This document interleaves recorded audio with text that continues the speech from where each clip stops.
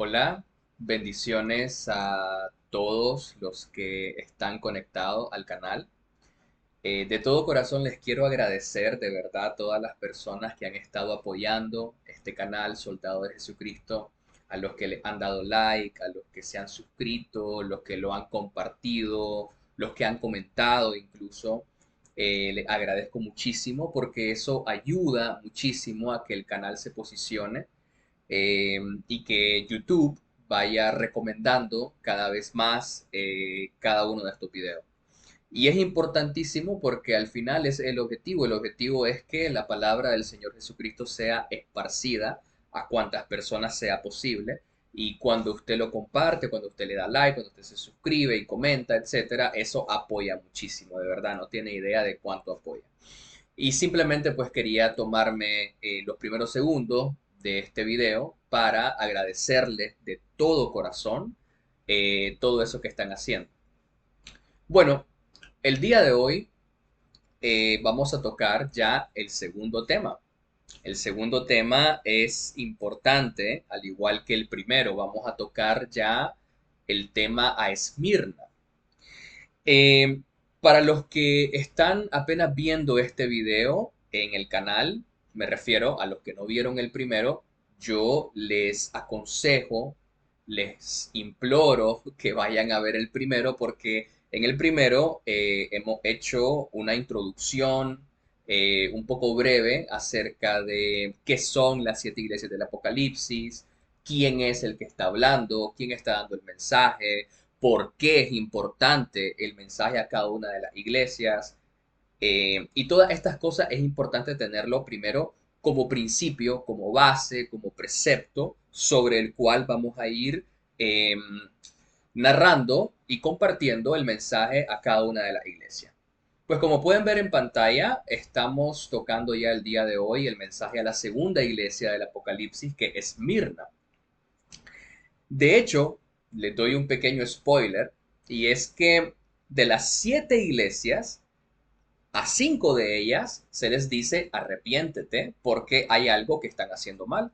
Y como ya hablamos en el video anterior y como ya debe ser de su conocimiento, el camino del justo es como la aurora que va en aumento hasta que el día es perfecto, dice la palabra de Dios en Proverbios 4:18.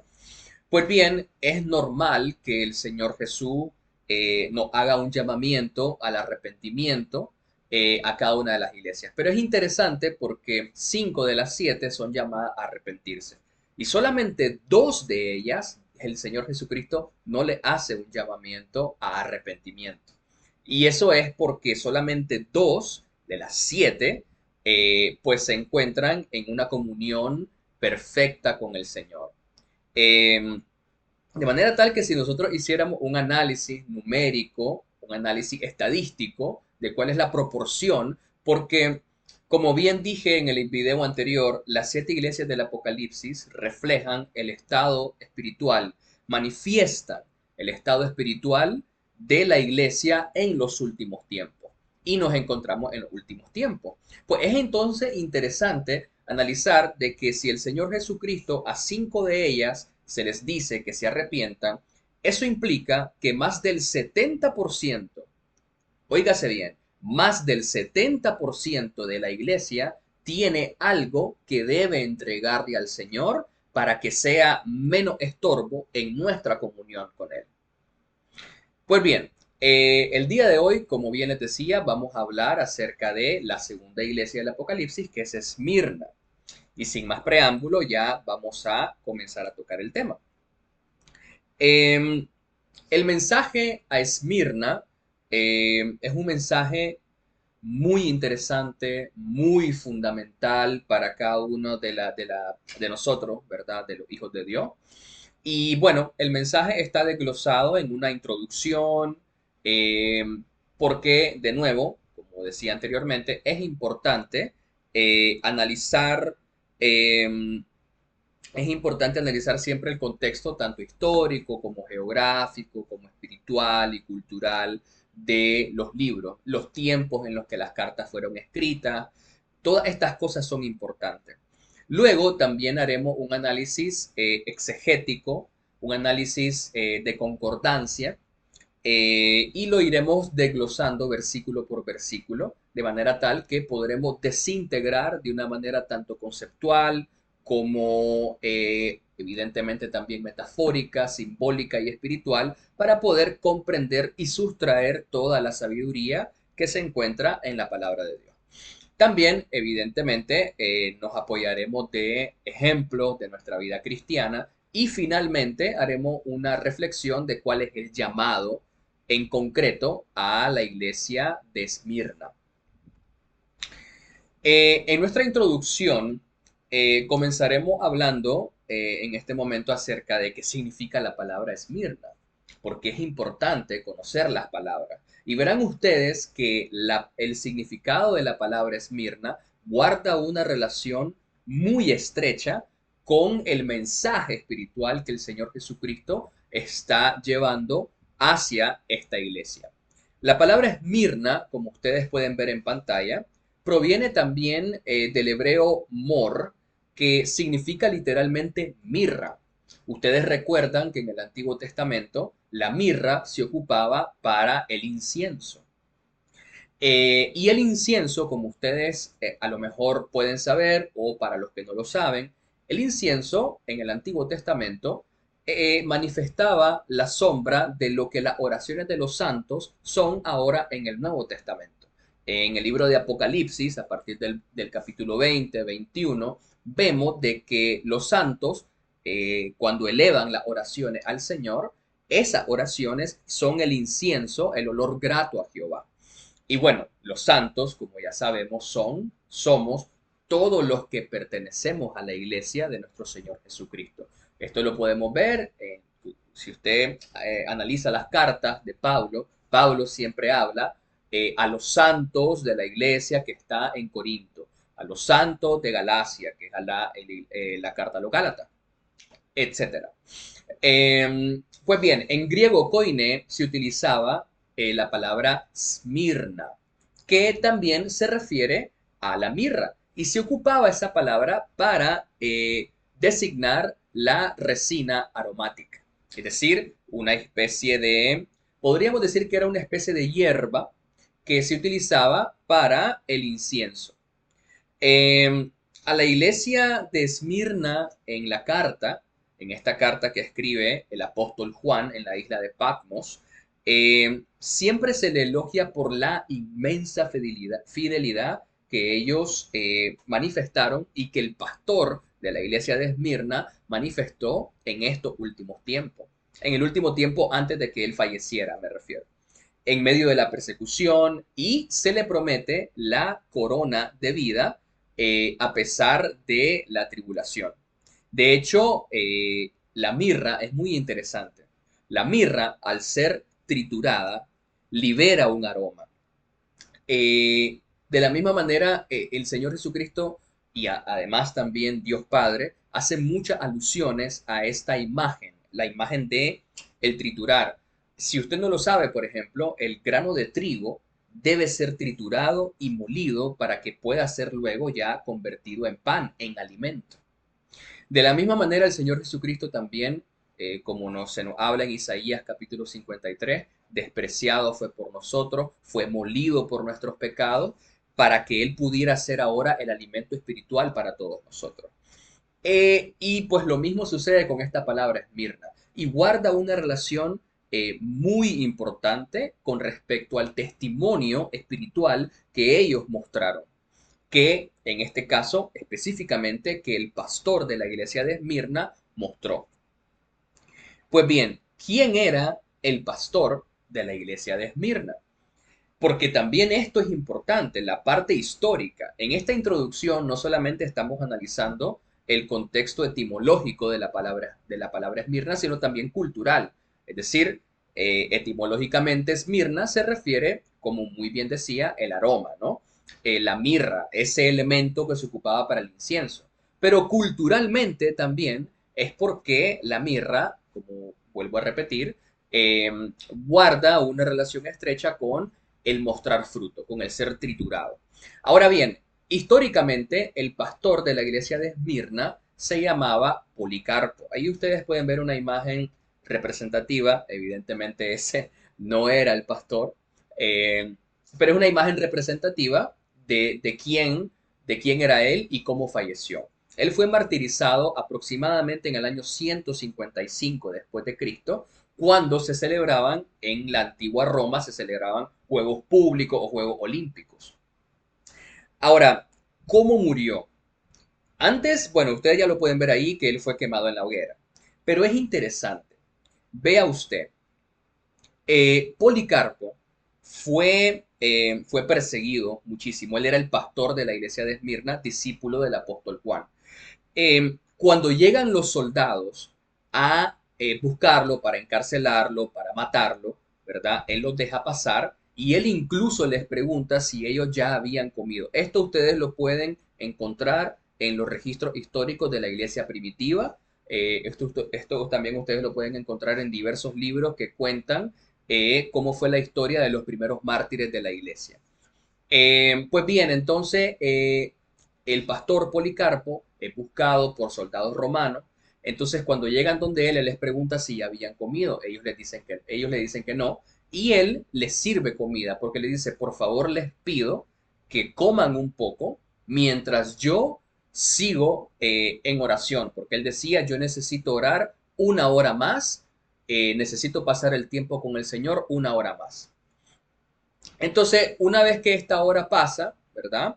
Eh, los soldados romanos se lo llevan y comienzan a torturarlo y comienzan a decirle que niegue el nombre del Señor Jesucristo, que lo niegue. Y él dijo, no negaré el nombre de mi Señor, nunca lo haré. De manera tal que a él lo ponen en una hoguera, así como ustedes pueden estar viendo en esta imagen representativa, lo ponen en una hoguera y es quemado vivo.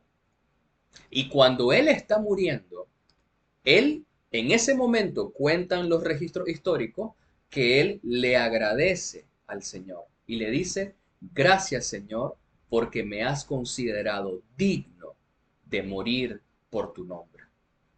Ese es el testimonio del pastor Policarpo de la iglesia de Esmirna.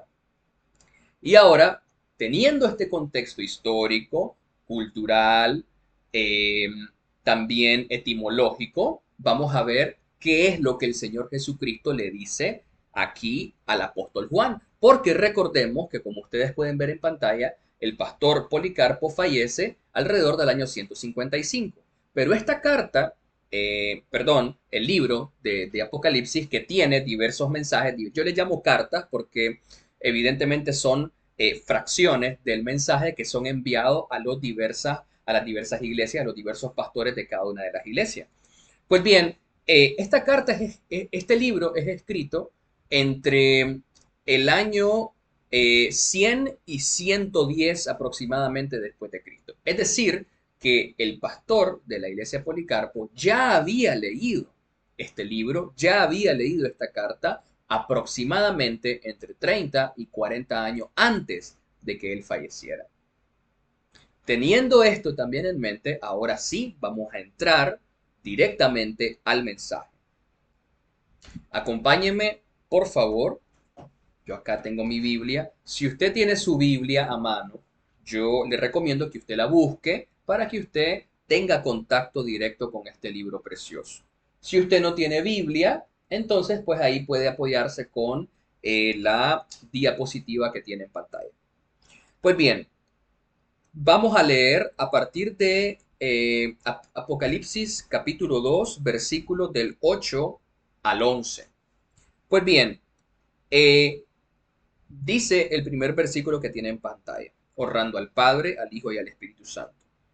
Y escribe al ángel de la iglesia en Esmirna, el primero y el postrero, el que estuvo muerto y vivió. Dice esto. De nuevo, es importantísimo, ¿verdad? Yo les recomiendo que vayan a ver el primer video porque ahí hacemos una explicación muy profunda de a qué se refiere el Señor Jesucristo cuando dice escribe al ángel de la iglesia. Por acá les voy a dejar yo el link para que ustedes lo vayan a visitar. De hecho, si usted desea, puede ponerle pausa en este momento, ver ese primer video y luego regresar a este, si usted lo considera bien. Em, entonces, dice acá, el primero y el postrero. De hecho, esta alusión de ser el primero y el postrero siempre es importante que cuando hay una manifestación espiritual de nuestro Dios, Él siempre se identifica diciendo quién es el que está hablando. Porque evidentemente Dios Padre considera que es importante para nuestro corazón poder identificar quién es el que nos está dando el mensaje. Entonces dice aquí el Señor Jesucristo, el primero y el postrero. Y si nosotros analizamos, si hacemos un análisis de concordancia, es decir, si vamos a ver en qué otras partes de la Biblia Dios hace referencia a sí mismo de esta misma manera, lo encontramos en Isaías capítulo 44, si usted me acompaña rápidamente. Isaías capítulo 44, versículo 6. Y es muy, muy importante porque en ese capítulo dice, Jehová, así se titula el capítulo, Jehová es el único Dios. Y aquí específicamente dice Dios en Isaías capítulo 44 versículo 6 dice, así dice Jehová, Rey de Israel, y su Redentor, Jehová de los ejércitos, y dice, yo soy el primero y yo soy el postrero. Y vea qué importante lo que dice aquí. Y fuera de mí no hay Dios. Así nos habla nuestro Dios y nuestro Padre, porque Él sabe que es importantísimo para nuestro corazón guardar nuestra confianza y nuestra paz en Él. Dice Proverbios 18, torre fuerte es el nombre de Jehová, a él correrá el justo y será exaltado. Dios considera y sabe lo necesario que es para nosotros reconocer quién es Él y su carácter además. Por eso es que Él hace estas cosas. Y de hecho, en Isaías 48, versículo 12, nos vuelve a decir lo mismo. Dice aquí nuestro Señor, dice, óyeme Jacob, y tú Israel, a quien yo llamé, yo mismo, yo el primero, yo también el postrero. Es el único en la Biblia que hace referencia a sí mismo de esta manera. De manera tal que aquí no nos queda ninguna duda que el que nos está hablando es el mismo Señor Jesucristo. Pues sabemos que el Señor Jesucristo es la imagen del Dios invisible, dice en Colosenses capítulo 1. Él es la imagen del Dios invisible. En Juan 1, del 1 en adelante, dice que en el principio era el verbo y el verbo estaba con Dios y el verbo era Dios. De manera tal que cuando el Señor Jesucristo se atribuye lo mismo, las mismas características de Dios Padre, sabemos que es el mismo Dios el que nos está hablando. Y dice también, el que estuvo muerto y vivió. Aquí evidentemente nos está hablando de un Jesucristo resucitado, de un Jesucristo que tiene poder sobre la vida y la muerte. De hecho, en Juan capítulo 10, versículo 18, dice la palabra de Dios, a mí nadie me quita la vida, dice el Señor Jesucristo, sino que yo de mí mismo la pongo. Tengo poder para ponerla y tengo poder para volverla a tomar. De manera tal que cuando el Señor Jesucristo acá nos dice, el que estuvo muerto y vivió, sabemos sin lugar a dudas, de manera absoluta, indudablemente, que es nuestro Señor Jesucristo el que está hablando y dando este mensaje importante. Pues bien, pasando ahora ya al siguiente versículo, que aquí es donde ya comenzamos a ver un poco más a profundidad cuál es el mensaje. Dice, versículo 9, yo conozco tus obras y tu tribulación y tu pobreza, pero tú eres rico. Y la blasfemia de los que se dicen ser judíos y no lo son, sino sinagoga de Satanás. Aquí el Señor Jesucristo, cuando dice yo conozco tus obras, vamos a hacer un breve resumen, un breve repaso de lo que hablamos en el video anterior, sabemos que la palabra obras se refiere en el original griego es la palabra ergon y significa todas las cosas que tienen que ver con la conducta, no solamente a las obras exteriores, sino también a los pensamientos guardados en nuestro corazón. A todo eso hace referencia. Entonces aquí pues el Señor Jesucristo dice, yo conozco tus obras y tu tribulación. Tu tribulación. Esa palabra tribulación en el original griego es la palabra, como pueden ver en pantalla, tlipsis. Y significa literalmente presión, angustiar. eh, y la tribulación, la angustia, la prueba, amados hermanos, es algo tan importante en nuestra vida cristiana. Es algo que eh, todos los cristianos, todos los que los que Dios Padre nos constituyó hijos de Dios, como dice Juan 1:12, a los que le recibieron les dio potestad de ser hechos hijos de Dios. Entonces a todos nosotros vamos a pasar pruebas. El Señor Jesucristo dijo, en el mundo tendrán tropiezo. El Señor Jesucristo no nos mintió. De manera tal que es la prueba son cosas que tenemos que pasar porque estamos en el mundo, perdón, pero no somos del mundo, estamos de paso. Y de hecho, si usted me acompaña a Primera de Pedro, capítulo 1, versículos 6 y 7, dice, en el lo cual vosotros os alegráis, aunque ahora por un poco de tiempo, si es necesario, tengáis que ser afligidos en diversas pruebas. Vean cómo lo dice. Tengáis que ser afligidos en diversas pruebas. Y hay un propósito. Dice ahí, para que sometida a prueba vuestra fe, ¿qué es lo que está siendo sometido a prueba? La fe. Su fe.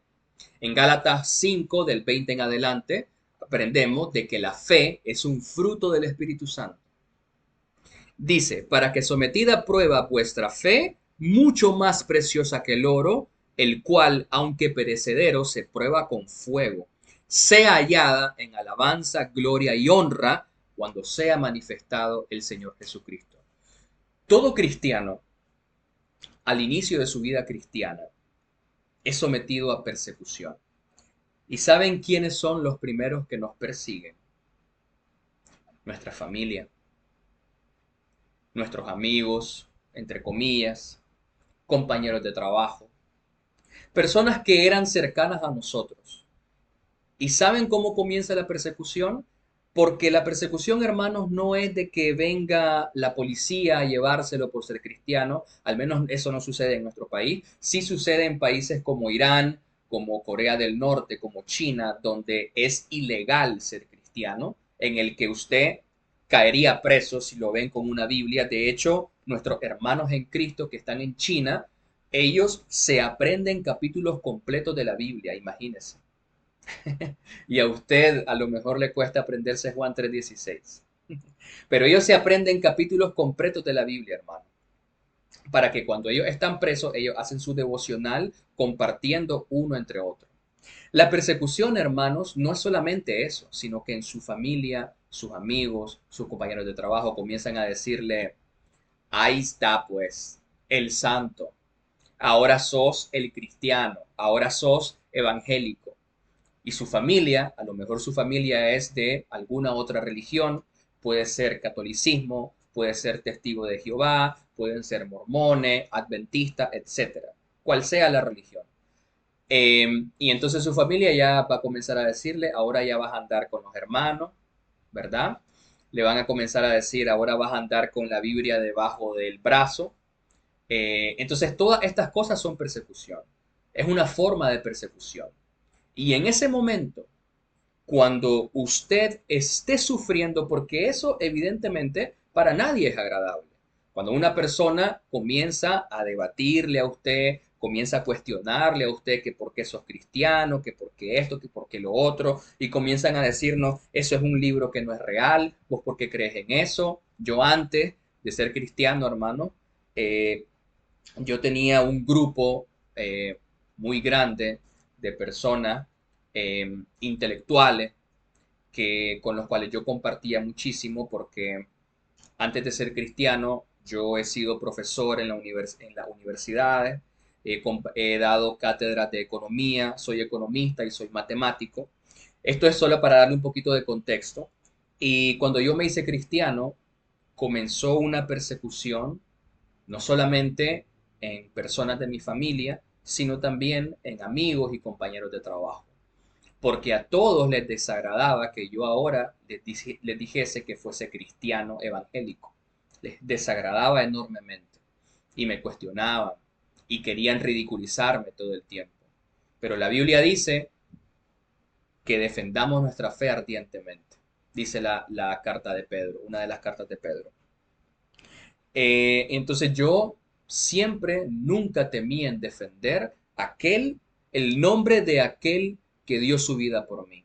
Porque si él no tuvo vergüenza de estar ahí en esa cruz, sufriendo y torturado, yo por qué voy a tener vergüenza de decirle a todas las personas, soy cristiano evangélico. Para esto fui recibido a misericordia y gracia, para poder compartirle a todos ustedes lo que Él hizo por mí. Y que se haga y que suceda lo que tenga que suceder. Pues bien, hermanos, esa persecución al inicio es necesaria. Y luego van a suceder más cosas, hermano. Puede que cuando usted a lo mejor comience a conocer otras personas en Cristo, recuerde que en la iglesia no solamente hay trigo, hay también cizaña, hermano. Y eh, si usted a lo mejor le suceden ciertas cosas donde usted se congrega y ya por eso usted va a decir, no, es que me hicieron daño, es que me hirieron, es que hablaron mal de mí, es que esto, es que lo otro, es que el pastor no me visita, no esto. Mire, hermano, yo le voy a decir algo. Nosotros, los hijos de Dios, vamos a la iglesia primeramente por obediencia, porque la palabra de Dios nos manda a congregarnos, a compartir con otros hermanos. Y no solamente eso, sino también, además de compartir con otros hermanos, es importante también que usted esté en la obra del Señor. Evidentemente es más importante su comunión, pero participar de la obra del Señor también. Porque si usted ama al Señor, a usted le van a importar la obra del Señor. Le pongo un ejemplo sencillo. A una persona de su vida con la que usted se relaciona, si a usted le importa esa persona y esa persona le dice, mire, amigo o amiga o esposo o novio o novia o como usted le quiera llamar, a mí me importa, yo necesito hacer esto, ¿me puedes ayudar por favor? Y si usted ama a esa persona, yo le garantizo que usted va a querer involucrarse en eso que esa persona le está pidiendo ayuda. Pues es lo mismo para con el Señor. Entonces, la razón por la cual nosotros nos congregamos es por esto. No porque en la iglesia nos vayamos a sentir bien, no porque en la iglesia todos me vayan a dar un abrazo. Esa no es la razón. Esa no es la razón. Mira el Señor Jesucristo. A los suyos vino y los suyos no le recibieron. El Señor Jesucristo, dentro de los 12 apóstoles, había uno que lo traicionó. ¿Y cómo reaccionó el Señor Jesucristo ante esa traición? ¿Sabía usted que obviamente el Señor Jesucristo, antes de elegir a Judas, él ya sabía que Judas Iscariote lo iba a entregar? ¿Y qué hizo el Señor? Le lavó los pies, le lavó los pies, lo amó, nunca, nunca, nunca le reclamó. Lo único que le dijo, la única frase que salió de la boca de nuestro Señor Jesucristo es, Judas, con un beso entregas al Hijo del Hombre. Eso fue lo único que le dijo. Y usted se siente mal porque le dijeron que su vestido o que porque se miraba no sé qué o porque se miraba no sé cómo. Yo creo que ya es tiempo, estamos en los últimos tiempos, hermanos, y es necesario madurar. O a lo mejor usted se ha sentido mal porque tal vez le sacaron de tal vez el pastor o quien sea, ¿verdad? La autoridad en su iglesia local le sacó de estar en la junta local. A lo mejor ya usted no es líder porque consideró el pastor o la pastora o quien sea, consideraron que lo mejor pues ya era tiempo de otra persona darle la oportunidad. y eso a usted le ha hecho mal. Pues mire, nosotros vamos a la iglesia no por títulos. ¿O qué título le dieron al Señor Jesucristo? Isaías 53 dice, despreciado entre los hombres, molido fue por nuestros pecados, como que escondimos de él el rostro y no se le halló hermosura. ¿Qué dijo el Señor Jesucristo en el Salmo 22? Dice, yo soy gusano y no hombre. Él no necesitó título para servir, porque habiendo tenido el título de la gloria, del Rey de majestad, del Rey de justicia, dejó el puesto donde él estaba y bajó aquí, dice Filipenses 2 del 3 en adelante, que él dejó la gloria, no estimó el ser igual a Dios como cosa que aferrarse, sino que se despojó a sí mismo, tomando forma de siervo, hecho semejante a los hombres, y estando en la condición de hombre, se humilló a sí mismo, haciéndose obediente hasta la muerte y muerte de cruz. Por lo cual Dios también lo exaltó hasta lo sumo y le dio un nombre que es por sobre todo nombre, para que en el nombre de Jesús se doble toda rodilla de los que están en los cielos, en la tierra y debajo de la tierra. El Señor Jesucristo no tuvo título, ni de pastor, ni de líder, ni de nada. A los suyos vino y los suyos no le recibieron. Alégrese más bien si usted le han quitado el título, porque ahora usted va a tener menos estorbo para servir. Porque el que es hijo de Dios no busca título, busca servir, hermano o hermana. Solamente quería hablarle un poco de eso. Pues la persecución, volviendo al tema, la persecución es importante, hermano. Es importante porque prueba nuestra fe. Dice en Primera de Pedro, capítulo 5, acompáñeme rápidamente en su Biblia. Primera de Pedro, a ver, ¿dónde está mi hermanito Pedro? Aquí. Primera de Pedro, capítulo 5, versículo del 8 en adelante. Dice la palabra de Dios, sed sobrios y velad, porque vuestro adversario, el diablo, como león rugiente, anda buscando a quien devorar, el cual, al cual resistid firmes en la fe, sabiendo que los mismos padecimientos vean ustedes, sabiendo que los mismos padecimientos se van cumpliendo en vuestros hermanos en todo el mundo. Mas el Dios de toda gracia, que nos llamó a su gloria eterna en Jesucristo, después que hayáis padecido un poco de tiempo, Él mismo os perfeccione, afirme, fortalezca y establezca. Vean ustedes entonces que la prueba es importante. Entonces, aquí se nos está hablando de eso, que el Señor Jesucristo le dice al ángel de la iglesia de Esmirna que él conoce su tribulación. Y además de eso, le dice aquí el Señor Jesucristo que él sabe de la blasfemia de los que se dicen ser judíos. Vea que en las cartas de Pablo, ¿verdad? Trata muchísimo este tema. Y si usted va a Romanos capítulo 2, versículos del 28 en adelante, dice Pablo, que no es judío el que lo es exteriormente, ni es la circuncisión la que se hace exteriormente en la carne, sino que es judío el que lo es en lo interior, y la circuncisión es la del corazón, en espíritu, no en letra. Vea qué importante esto.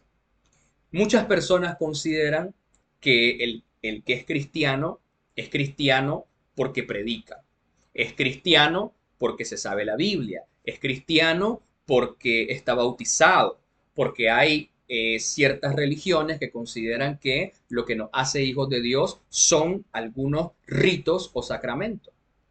Pero no es así. Juan 3, Juan 3 se nos dice de que el que es hijo de Dios es porque ha nacido de nuevo. El que ha nacido del agua y del espíritu, dice la palabra de Dios. Nacer del agua, ya sabemos, esto lo podemos ver cuando el Señor Jesucristo les dice a sus apóstoles, ustedes ya han sido lavados por la palabra que es he dado. En Efesios también se nos dice de que el agua es el lavamiento por la palabra de Dios. Entonces, ¿cuál es el agua de vida? La palabra de Dios. La que cuando es predicado el Evangelio, usted lo escucha, usted reconoce y se arrepiente. Cuando usted se arrepiente, usted está naciendo de nuevo, perdón, por medio del agua y por medio del Espíritu. Cuando usted se arrepiente, el Dios Padre en su corazón revive el Espíritu y deposita el Espíritu Santo dentro de usted.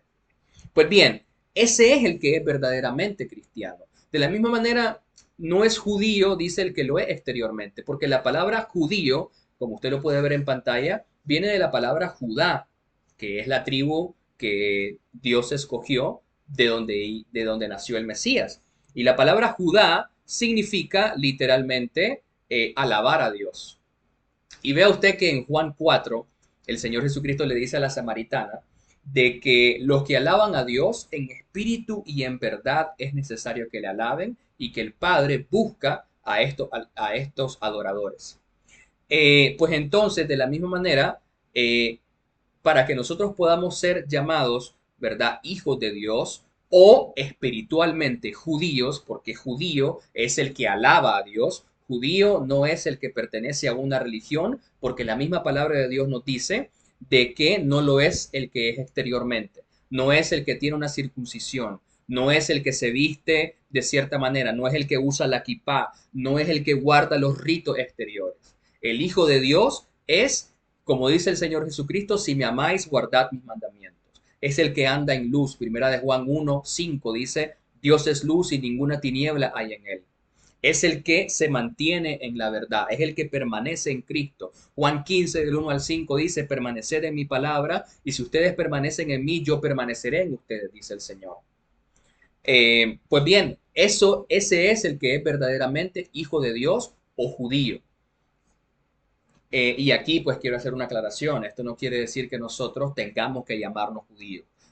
Sencillamente que recordemos que aquí Pablo está refiriéndose a los judíos que estaban en Roma. Por eso es la carta a los romanos, ¿verdad? Donde Pablo está haciendo una aclaración de que no es judío el que exteriormente, sino interiormente.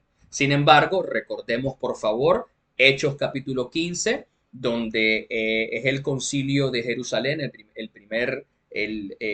la primera vez que la iglesia primitiva se reúne, se nos deja por escrito a la iglesia cuáles son las cosas que nosotros debíamos guardar, donde se nos dice que hay que guardarnos de fornicación, de no comer sangre ni carne de ahogado. Estas son las cosas que nosotros debemos guardar. Colosenses capítulo 2, del 16 en adelante, Pablo le dice a la iglesia que estaba en Colosas que nadie os juzgue con respecto a días de reposo, si hay algún adventista que está escuchando esto, ahí se nos dice, nadie os juzgue con respecto a días de reposo, luna nueva o ningún otro rito. Entonces, nosotros como hijos de Dios no somos llamados a guardar obras de la carne. Somos llamados a permanecer en el Espíritu con Dios porque ese es el que es verdaderamente hijo de Dios. Quería hacer esa aclaración, pues no vaya a ser y me malinterpreten y crean de que tenemos que llamarnos judíos porque no es así. ¿Ya? Hay que de nuevo entender el contexto en el cual Pablo está refiriéndose en esa carta. Pues bien, continuamos. Versículo 10 dice, no temas en nada lo que vas a padecer.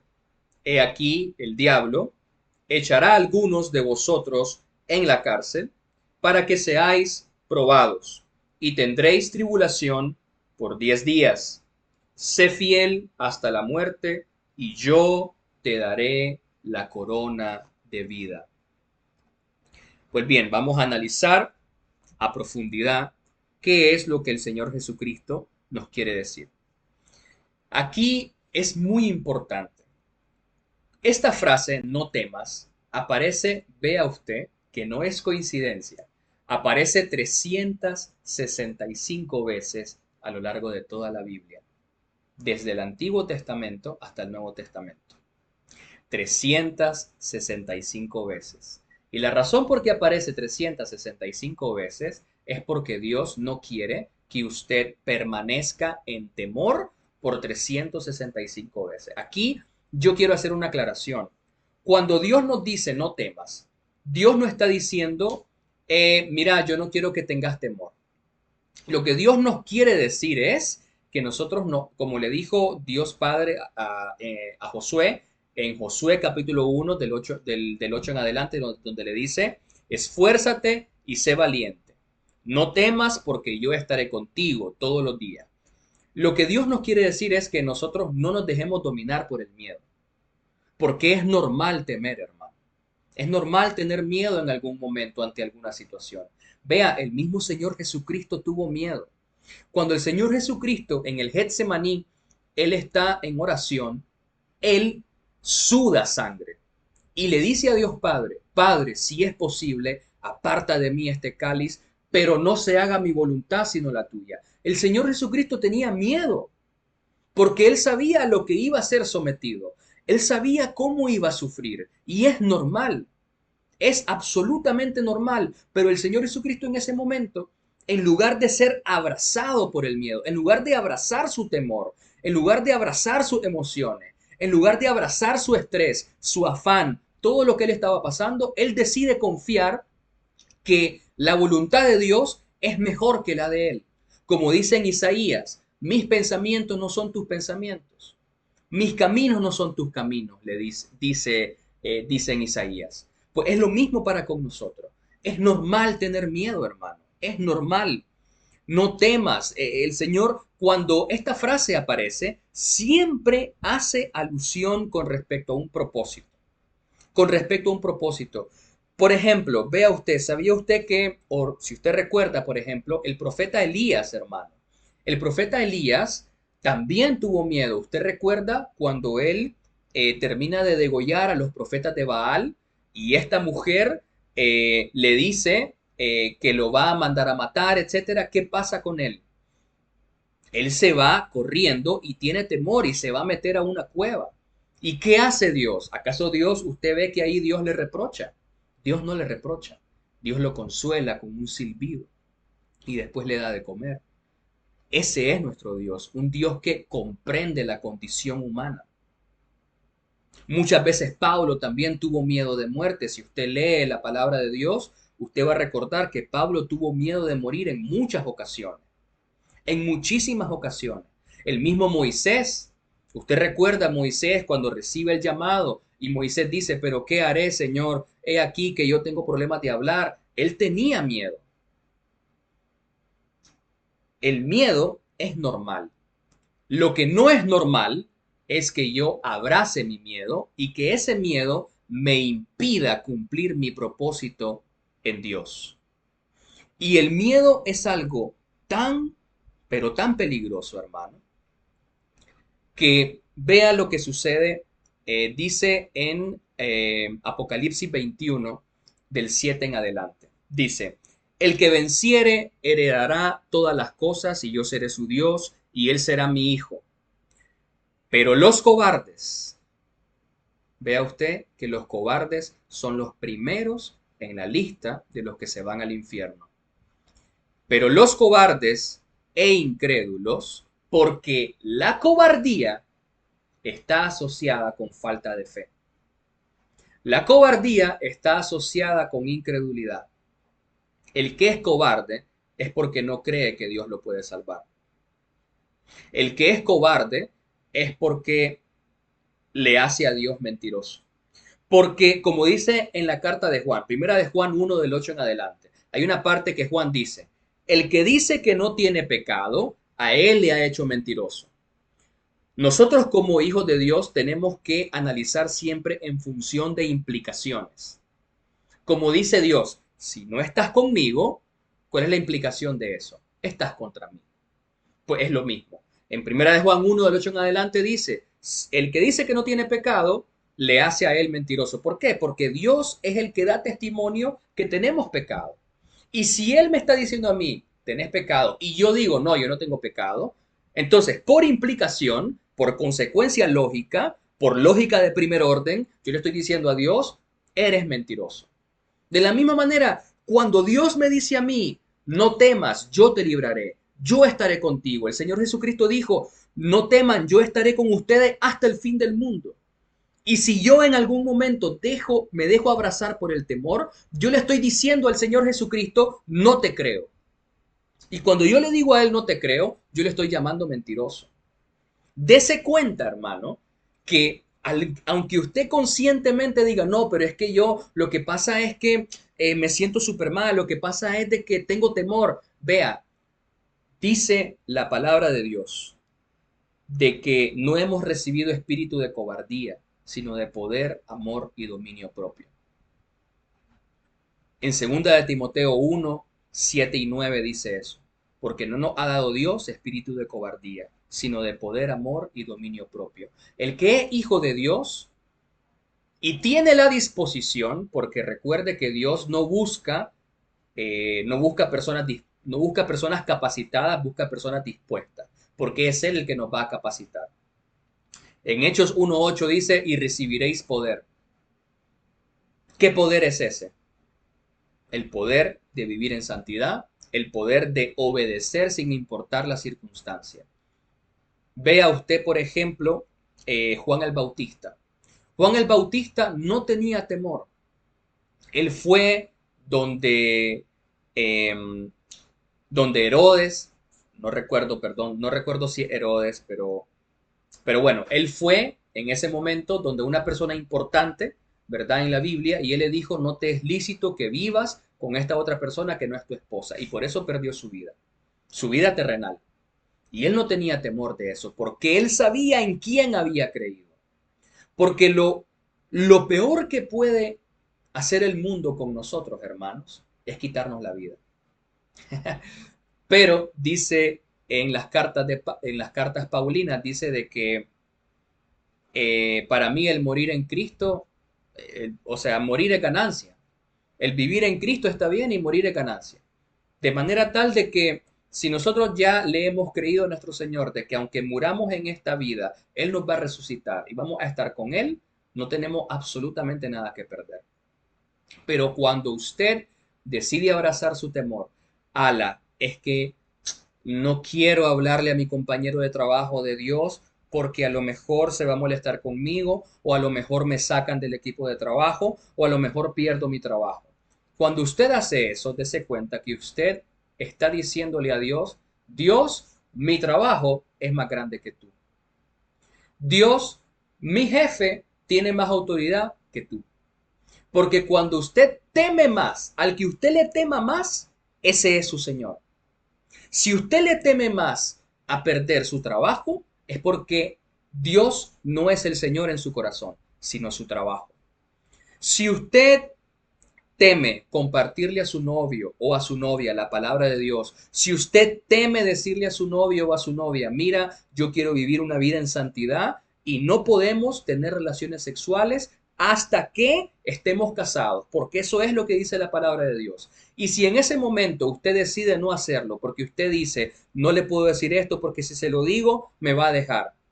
Entonces el Señor en su corazón no es Dios, sino su novio o su novia porque es hacia esa persona a la que usted se está sometiendo, no hacia la palabra de Dios. Si usted, por ejemplo, no tiene la valentía de hablar de Dios en su familia, porque usted dice, es que en mi familia son adventistas, o mi familia es testigo de Jehová, o mi familia son católicos, o mi familia son evangélicos pero viven en pecado, etcétera, etcétera. Sea lo que sea, a aquello que usted teme, ese es su Señor. Mientras que si usted teme más hacer sentir mal a Dios, contristar al Espíritu Santo, entonces usted da testimonio con su conducta, no lo que usted dice. Porque yo puedo decir un millón de cosas, yo puedo decir Señor, Señor, yo puedo decir lo que yo quiera, pero es su conducta lo que va a manifestar lo que usted tiene en su corazón. Por eso es tan importante que Dios nos manda a no temer, a no dejarnos abrazar por nuestro temor, porque su conducta en medio de las circunstancias difíciles, lo que va a manifestar lo que usted tiene por dentro. Es su conducta cuando usted perdió su trabajo. ¿Cómo reacciona usted si usted pierde su trabajo? Si usted pierde su trabajo, ¿acaso se va a echar a la calle de en medio? ¿Va a estar deprimido? ¿O acaso no tenemos un Dios donde dice el Señor Jesucristo, ve a las aves que no siembran ni ciegan y mi Padre les da de comer, ¿cuánto más ustedes? ¿O acaso el Señor Jesucristo es mentiroso? Dese cuenta que cuando usted se deja abrazar por esas preocupaciones, no digo, por favor no me malinterprete, no digo que no se preocupe. Es normal que si yo pierdo mi trabajo, evidentemente es algo que impacta, ¿verdad? Pero entre que me impacte y que me imposibilite totalmente que yo tenga paz, que yo esté bien, que yo tenga gozo, que yo vaya a la iglesia, que yo busque de Dios, que yo comparta la palabra, que yo tenga comunión con Dios, pues entonces ahí sí es de preocuparse. Pero es normal de que en el momento que sucede algo difícil sea impactado. Si perdió a alguien de su familia, es normal que en el momento usted llore y es necesario llorar para que usted saque lo que usted tiene dentro. Es normal, no me malinterprete, por favor. Lo que yo quiero decir es que si ya han pasado 6 meses que perdió a un familiar y usted sigue deprimido, ¿verdad? A lo mejor es que usted no le cree a Dios de que va a estar allá con él si la persona era cristiana, obviamente. Eh, entonces, estas son las cosas que es necesario comprender acerca del temor. Vamos avanzando.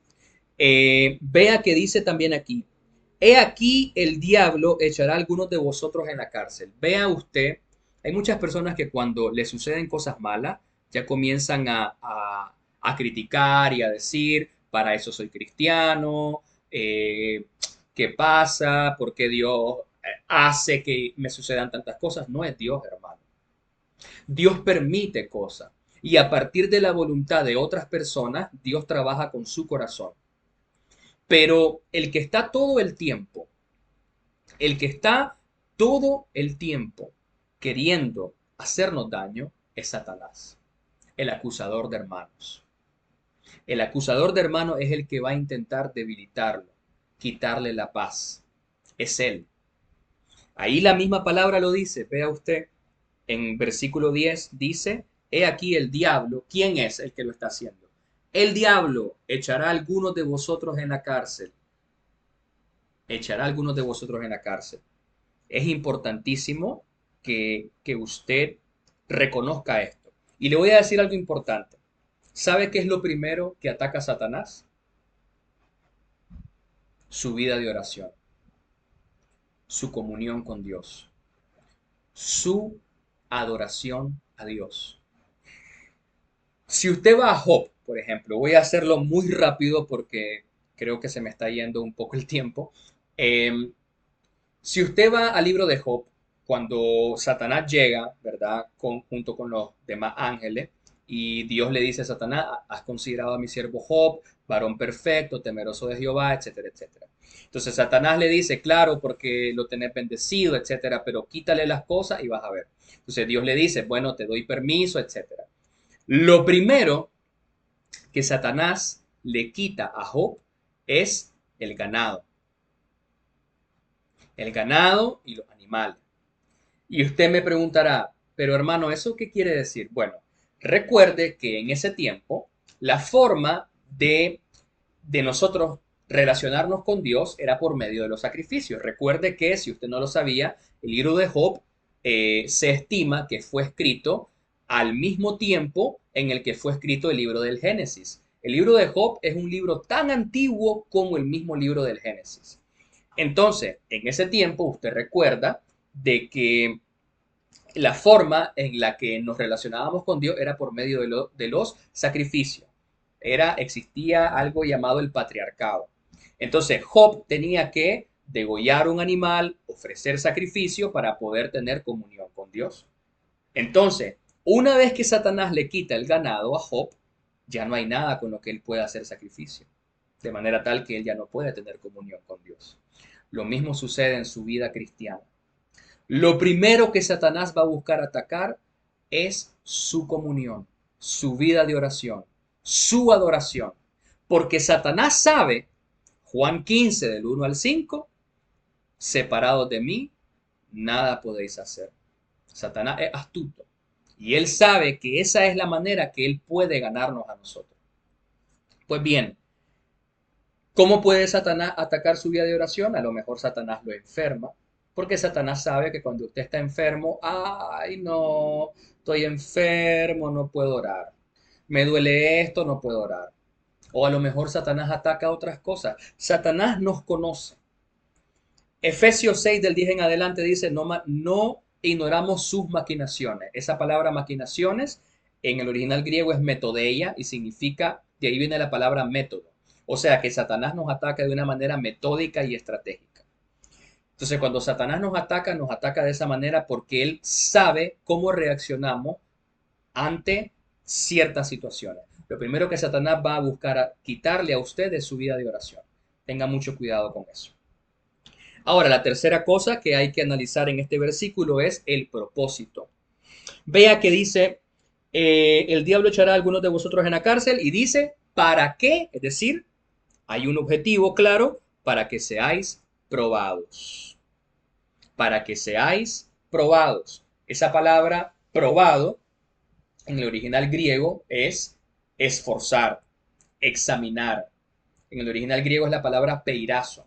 Y si nosotros vamos mucho más profundo, hermano, esa palabra prueba, propósito, tribulación, tentación incluso, si nosotros vamos más profundamente es la palabra perán. ¿Y sabe qué significa? Significa perforar.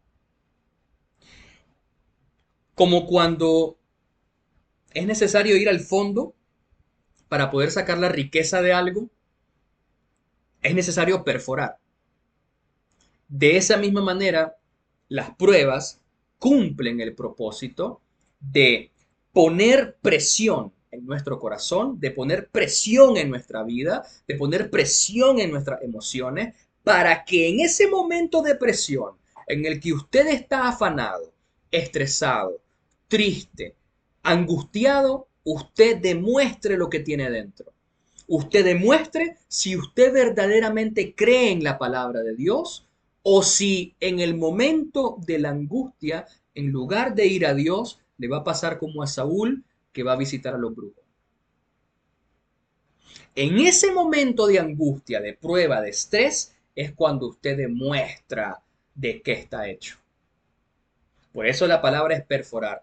Y Santiago 1:12 dice la palabra de Dios, bienaventurado el varón que soporta la tentación. En otras traducciones dice que soporta la prueba. Porque cuando haya resistido la prueba, recibirá la corona de vida que Dios ha prometido. ¿A quiénes? A los que le aman. Es necesaria la fe porque es por medio de la fe. Es por medio de la fe, del amor a Dios, de nuestra fidelidad a Él, que vamos a poder vencer. Hebreo 11:6, sin fe nadie puede agradar a Dios. Pues bien, pasamos al siguiente versículo, eh, al último versículo. Dice la palabra de Dios, el que tiene oído, oiga lo que el Espíritu dice a las iglesias. El que venciere no sufrirá daño de la segunda muerte. Aquí hay algunas cosas importantes que analizar. Esta frase, cuando dice el que tiene oído, esa frase se repite de hecho 7 veces. Claro, porque son 7 iglesias, ¿no? Pero es muy interesante. Recordemos que la palabra, perdón, el número 7 refleja completitud, refleja perfección. Pues bien, se repite 7 veces y es una referencia metafórica a la capacidad de nosotros de poder percibir espiritualmente. Eh, Recuerde usted que en Primera de Corintios 2:14 dice de que el hombre natural no puede percibir las cosas del espíritu. Y porque las cosas del espíritu han de discernirse espiritualmente. Y vea que en Isaías capítulo 6, versículo 10 dice, engruesa el corazón de este pueblo y agrava sus oídos y ciega sus ojos, para que no vea con sus ojos, ni oiga con sus oídos, ni su corazón entienda, ni se convierta y haya para él sanidad. De hecho, si usted me acompaña a Mateo Mateo capítulo 13, dice la palabra de Dios. Aquí el Señor Jesucristo está dando la parábola, la famosa parábola del sembrador, si usted recuerda. Y luego los apóstoles, aquí voy a leer a partir del versículo 10, Mateo 13 del 10 en adelante, dice, entonces acercándose los discípulos le dijeron, ¿por qué le hablas por parábolas? Él, el Señor Jesucristo, respondiendo les dijo, porque a vosotros os es dado saber los misterios del reino de los cielos, mas a ellos no les es dado. Porque a cualquiera que tiene se le dará y tendrá más, pero el que no tiene, aún lo que tiene, le será quitado. Por eso le hablo por parábolas, porque viendo no ven y oyendo no oyen ni entienden. ¿Le ha pasado que alguna vez en algún momento usted le está hablando a alguien acerca de la palabra de Dios y esa persona como que no quiere entender, no entienden la palabra de Dios, la leen y no la entienden? En primera de Corintios 2:14, como le repito, se nos dice de que las cosas del espíritu han de discernirse espiritualmente. Este libro no es un libro como cualquier otro libro, es un libro sellado espiritualmente. Y la única manera en la que usted o yo podemos discernirlo, porque la palabra de Dios no se entiende, se discierne, la única manera de poder discernirlo es por medio del Espíritu Santo que habita en usted, si es que usted es hijo de Dios o hija de Dios, y en mí. Y aquí dice, de manera que se cumple, a partir del versículo 14, de manera que se cumple en ellos la profecía de Isaías, lo que les acabo de leer de Isaías capítulo 6. De oído oiréis y no entenderéis, y viendo veréis y no percibiréis, porque el corazón de este pueblo se ha engrosado y con los oídos oyen pesadamente. Pues bien, eso es lo que nos quiere decir el Señor Jesucristo aquí. El que tiene oídos, oiga lo que el Espíritu dice a las iglesias. Se refiere al Señor Jesucristo. Si es que usted tiene el Espíritu Santo dentro de usted, discierna en su corazón lo que el Espíritu Santo quiere decirle a usted en este día acerca de todas estas cosas que hemos tratado. Luego, cuando se nos dice vencer, vean ustedes que también a lo largo de las cartas se nos habla de la misma manera, el que venciere. Y esta palabra, hermano, esta palabra vencer en el original griego es nikao y significa subyugarse. Vea qué paradójico, es absolutamente antagónico, porque para nosotros vencer es que nosotros conquistemos algo. Pero en realidad lo que la palabra de Dios nos quiere decir con esa palabra es algo completamente distinto. El que se subyugue, dice el Señor Jesucristo. Y usted me podrá decir, hermano, ¿a qué se refiere con subyugarse? ¿A quién me voy a someter? A la palabra de Dios. Porque Jesucristo es la palabra de Dios. ¿Recuerda usted que en Mateo 16:24 dijo el Señor Jesucristo, el que quiera venir en pos de mí, ¿qué dice? Niéguese a sí mismo, tome su cruz y sígame. ¿Qué significa negarme a mí mismo? Significa negar todos aquellos, no solamente los deseos carnales. Es normal, esas cosas van a permanecer en nosotros hasta que, ya sea que Él nos mande a llamar o seamos arrebatados. Romanos capítulo 7 se nos habla de eso. Ahí está clarísimo de que el pecado sigue morando en nosotros. Pero en Romanos 6 se nos dice la diferencia es que el pecado no se enseñoreará de ustedes, dice el Señor.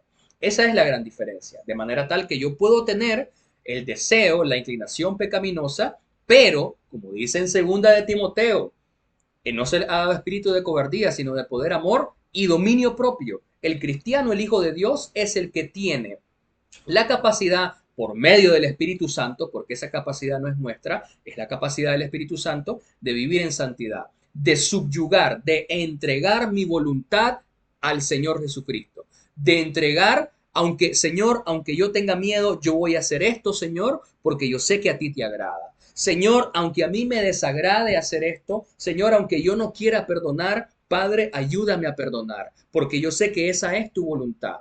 Mateo 7 dice, el Hijo de Dios hace la voluntad de su Padre. Y si la voluntad de Dios es misericordia y no sacrificio, o sea, fruto del Espíritu y no cosa externa, eso es lo que nos quiere decir eso, entonces yo voy a entregar mi voluntad hacia Él para poder yo dar fruto al 100 por 1, porque eso es lo más importante. Y finalmente, dice, no sufrirá daño de la segunda muerte. No sufrirá daño de la segunda muerte. Pues bien, la segunda muerte nosotros lo podemos ver Apocalipsis capítulo 20, versículo 14. Vamos a buscarlo rápidamente por acá. Y ahí donde se nos aclara qué es la segunda muerte. Segunda muerte es el lago de fuego, hermano. Como mira usted ahí esa animación. Es el lago de fuego. Dice Apocalipsis 20:14. Dice la palabra de Dios, y la muerte y el Hades fueron lanzados al lago de fuego. Esta es la segunda muerte. Y se nos dice de nuevo en Apocalipsis 21:8. Dice, pero los cobardes, vean ustedes, los cobardes son los primeros en ir al infierno. Pero los cobardes e incrédulos, que es lo mismo, un cobarde es lo mismo que un incrédulo, los abominables y homicidas, los fornicarios y hechiceros, los idólatras y todos los mentirosos tendrán su parte en el lago que arde con fuego y azufre, que es la segunda muerte. Como dijo el Señor Jesucristo, no teman al que puede matar la carne, pero el alma no puede echar al infierno. Teman al que puede, al que tiene la potestad de mandarlo al infierno. Pues entonces, eh, esta es la última parte, ¿verdad? Y aquí nosotros ya podemos desglosar de una manera un poco más rápida. Este mensaje es un mensaje de 4 versículos nada más. Y de una manera resumida, ¿cuál es el llamado a Esmirna? Vea usted que el llamado a Esmirna es muy distinto al llamado a Éfeso. Entonces, el llamado a Esmirna es resiste la tribulación. Resiste la tribulación. Como cristianos, somos semejantes a nuestro Maestro. Y el Señor Jesucristo dijo el Señor Jesucristo, el siervo no es más que su Señor. Entonces, si a nuestro Señor Jesucristo fue vituperado, fue calumniado, fue crucificado en una cruz, cuánto más nosotros que somos infinitamente imperfectos, hermano. En segunda de Timoteo, capítulo 2, versículo 3, se nos dice, tú pues sufre penalidades como buen soldado de Jesucristo. ¿Por qué cree usted que nosotros sufrimos penalidades? Porque el mundo nos aborrece. Y el mundo nos aborrece, hermanos, porque no somos de este mundo. Si yo le mando este mensaje a un ateo o a una persona que vive en el mundo, va a aborrecer este mensaje.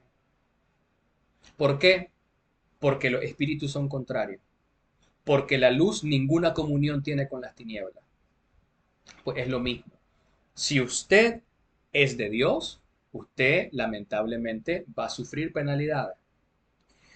En Filipenses 3, del 7 al 10, se nos dice, el Pablo, ¿verdad? El apóstol Pablo nos dice, pero cuantas cosas eran para mi ganancia, las he estimado como pérdidas por amor de Cristo. Vean cómo Él está entregándolo todo. Y ciertamente aún estimo todas las cosas como pérdida por la excelencia del conocimiento de Cristo Jesús, mi Señor, por amor del cual lo he perdido todo y lo tengo por basura, para ganar a Cristo y ser hallado en Él, no teniendo mi propia justicia que es por la ley, sino la que es por la fe de Cristo, la justicia que es de Dios por la fe, a fin de conocerle y el poder de su resurrección y la participación de sus padecimientos, llegando a ser semejante a Él en su muerte. Cuando usted es calumniado por ser cristiano, cuando usted lo persiguen por ser cristiano, cuando le dicen, usted no puede ser parte de este grupo porque nos llaman a veces que somos intolerantes. Imagínese usted que somos intolerantes. ¿Cómo es? Discúlpeme, pero yo no puedo tolerar el pecado. ¿Qué puedo hacer? ¿O acaso soy llamado yo a tolerar la injusticia?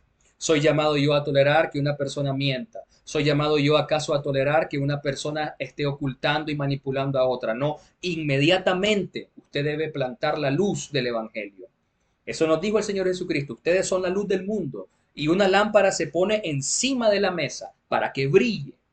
Así aquí en YouTube se pone una lámpara aquí para que brille y que esté el mensaje de la cruz del Señor Jesucristo, el mensaje de salvación, el mensaje de la predicación del Evangelio, ante tanta cochinada, ante tanto pecado, ante todas las cochinadas que se ven en YouTube.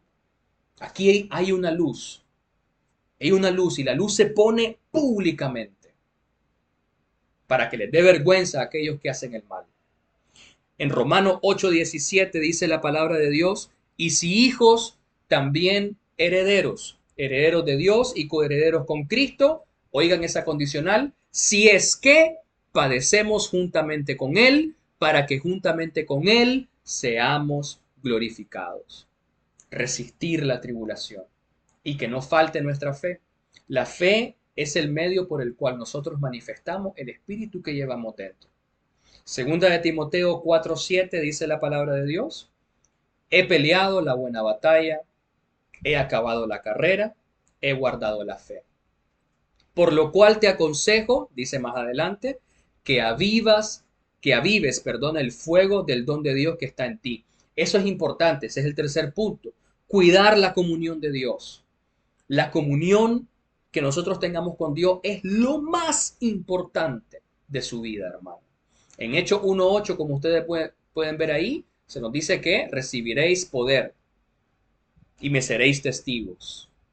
Ese poder es el poder de vivir en santidad, de vivir apartado para Dios, de vivir en comunión con Dios, de vivir de la mano de Dios. Efesios 6 en adelante dice, fortaleceos en el Señor y en el poder de su fuerza, dice a partir del versículo 10.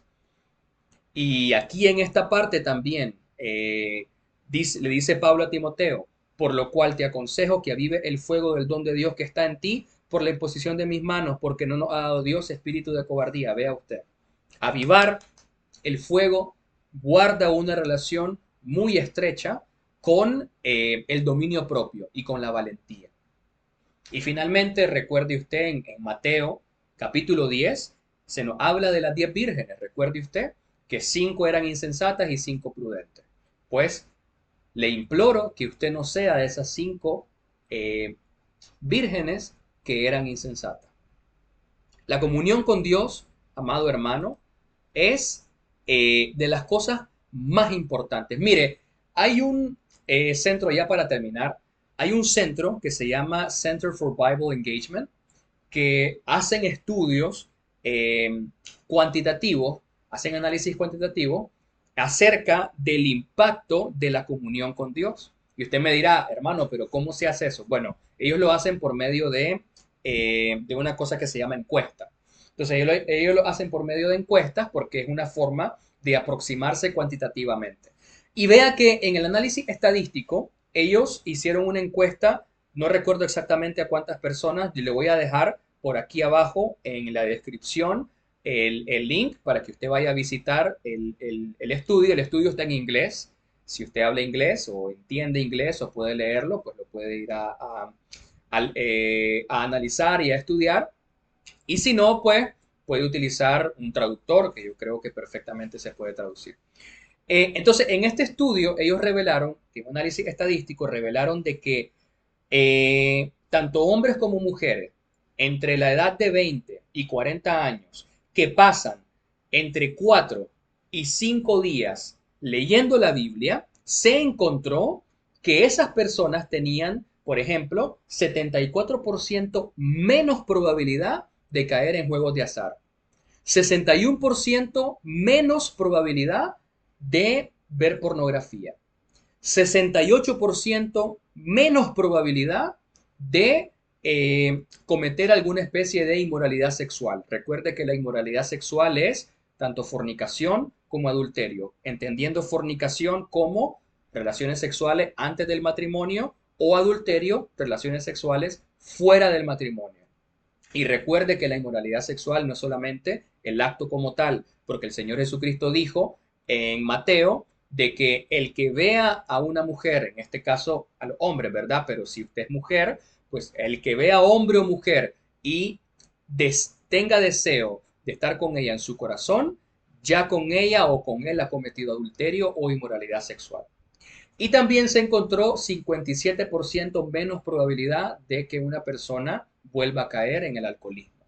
Vea que aquí nosotros podemos ver cuantitativamente el impacto tan importante y fundamental que tiene la comunión con Dios y el contacto con este preciosísimo libro que se llama la Santa Biblia. Pues bien, hermano, eso ha sido todo por hoy. Le agradezco muchísimo que haya visto el video hasta el final. Por favor, le pido que comparta este video con sus amigos, con sus compañeros de trabajo. Mire, ya usted ni siquiera tiene que ir a explicarle a usted. Simplemente tome este video, lo comparte y le dice, mira, quiero compartirte esto, que sea de bendición y ya está. Ya con eso, usted está proclamando y esparciendo la palabra de Dios. Entonces, le pido por favor que le dé like, que se suscriba. Por favor, póngame en los comentarios si usted tiene alguna duda, qué le pareció este video. Y pues solamente eso. Le agradezco muchísimo que me haya acompañado hasta aquí. Por abajo también le voy a dejar las redes sociales de este canal, Soldado de Jesucristo, en el que estamos trabajando para esparcir la palabra de Dios. Ese es el único objetivo de este canal. Yo no doy ni mi nombre, ni quién soy, ni de dónde soy, porque nada de eso es importante. Lo único importante acá es compartir la palabra de mi Señor Jesucristo. Y sin más que agregar, ruego al Señor que esta prédica haya sido de bendición para su vida. Terminamos con una oración. Padre Santo, te doy gracias, Señor, por este momento que nos has permitido hablar de tu palabra. Yo te pido, Padre, que estas palabras, Señor, sean una semilla que crezca en los corazones de las personas que están oyendo esta prédica y que den fruto al 100 por 1.